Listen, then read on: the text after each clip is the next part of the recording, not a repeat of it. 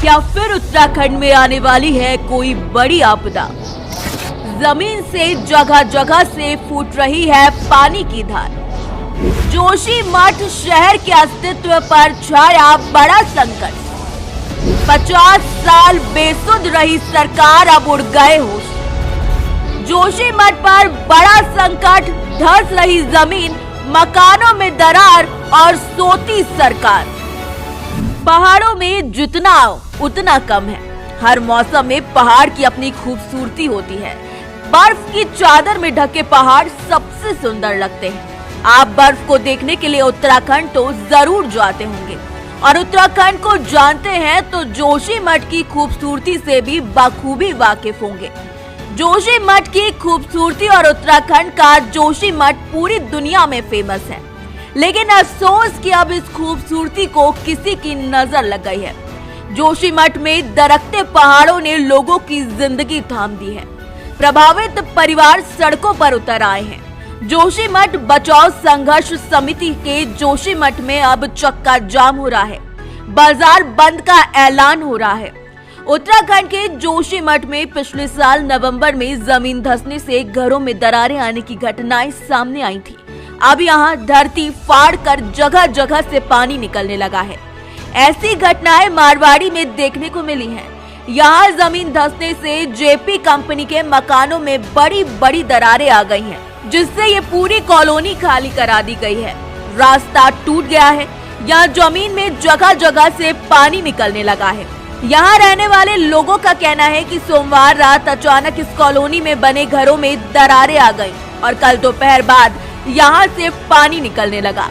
पानी को देखकर ऐसा लग रहा है कि मानो कहीं अचानक से अतिवृष्टि हो गई हो। इस घटना से पूरा जोशीमठ सहमा हुआ है। लोग डर के साए में जीने को मजबूर है। उधर स्थानीय लोगों की सरकार को लेकर नाराजगी बढ़ती जा रही है। लोगों का विरोध प्रदर्शन तेज हो गया है। जमीन से निकल रहा पानी खेतों की दरारों में घुस रहा है। इससे खतरा और भी ज्यादा बढ़ गया है। सोमवार से नगर के सभी 9 वार्ड परसारी, रविग्राम, सुनील, अपर बाजार, नरसिंह मंदिर, मनोहर बाग, सिंगदार, मारवाड़ी और गांधीनगर वार्ड में किसी न किसी मकान में दरारें आ रही हैं। साथ ही दरारें लगातार बढ़ती जा रही हैं। यहाँ से प्रशासन ने करीब 16 प्रभावितों को बुधवार को जबकि 5 परिवारों को मंगलवार को शिफ्ट किया है। इससे पहले 6 परिवारों को शिफ्ट किया जा चुका है, जबकि कई प्रभावित घर छोड़कर खुद भी जा चुके हैं। वहीं दूसरी तरफ उत्तराखंड की खूबसूरती को बढ़ाने वाला औली रोपवे का संचालन अग्रिम आदेशों तक बंद कर दिया गया है।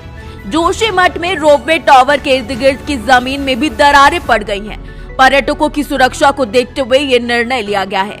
जोशीमठ के लोग इस आपदा की वजह सरकार की लापरवाही को मानते हैं।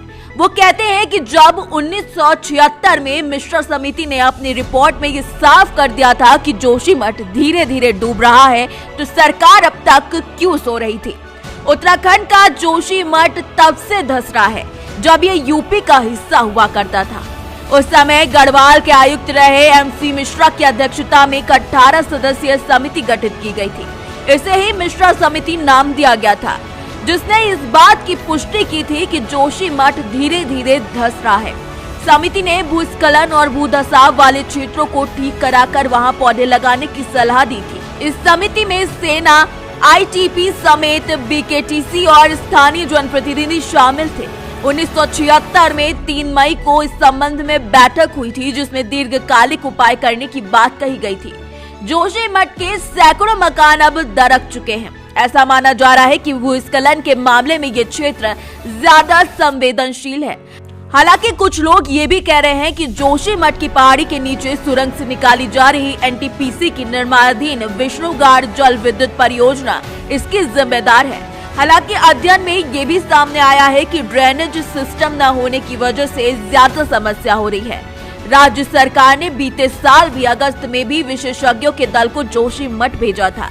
दल ने सितंबर में अपनी रिपोर्ट भी सरकार को सौंपी थी। रिपोर्ट में जोशीमठ में पानी की निकासी की उचित व्यवस्था करने, अलकनंदा नदी से हो रहे भू कटाव, कोई रोकथाम के कदम उठाने और नालों का चैनलाइजेशन और सुंदरीकरण करने, धारण क्षमता के अनुरूप निर्माण कार्यों को नियंत्रण करने के भी सुझाव दिए गए थे।